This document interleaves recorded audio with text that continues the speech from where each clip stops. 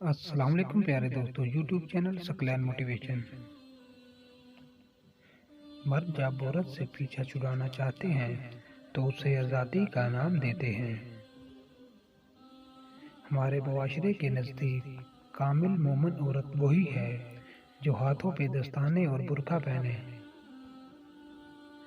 हमारे मुआशरे में अपनी माँ बहन का नाम लेने पर जुबान काट देने को तैयार हो जाने वाला मर्द दूसरों को गाली हमेशा माँ बहन की ही देता है। गंदी सोच और पाँव की मौज कभी इंसान को आगे नहीं बढ़ने देती। कहते हैं कुदरत किसी को नामुकम्मल नहीं बनाती है, ये हम लोग हैं जो अलग अलग पैमाने तराशते हैं। जनून में इल्तिजा नहीं होती, मोहब्बत में भीख नहीं मांगी जाती। बातों की मिठास अंदर का भेद नहीं खोलती।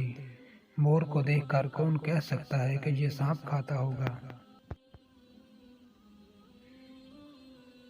औरत इस मर्द से कभी मुतमिन नहीं होती जिसका ज़र्फ और सोच का दायरा छोटा हो।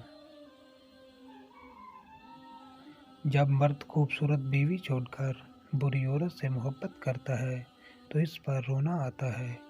मोहब्बत की आँख ऐब देखने में कमज़ोर होती है। अच्छी मोटिवेशनल वीडियो देखने के लिए हमारे चैनल को सब्सक्राइब कर दें। शुक्रिया।